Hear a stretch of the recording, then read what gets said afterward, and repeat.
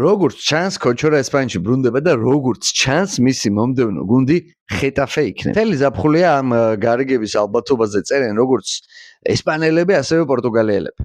და წესი და რეგით უახლოეს დღეებში უკვე დასტურიც უნდა მივიღოთ ოფიციალური. სხვათა შორის ხეტაფეს მწვრთნელი ხოსე ბორდალასი ქართველებისთვის საკმაოდ ცეთი ახლობელი ვინმეა, რადგან შესაძაც გიორგი მამარდაშვილი მივიდა გუნდში, სწორედ მან ამჯობინა ქართველი მის კონკურენტებს.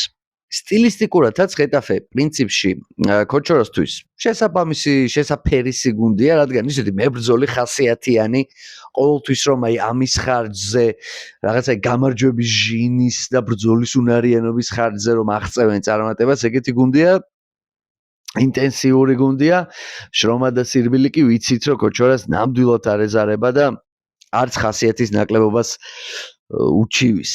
თან ამასთანავე ხეტაფეს ევროთასებიც უწევს, წინა სეზონში მოიპოვეს მათ კონფერენს ლიგის საგზური, რაც დამატებითი პლუსია როგორც სათამაშო დროის კუთხით, ასევე ევროთასები მოტივაცია ფეხბურთელისთვისაც, გუნდისთვისაც, ასე რომ დავაღოდოთ მოვლენების განვითარებას და უსურვოთ საქართველოს ნაკრების ნახევარმცველს წარმატებები.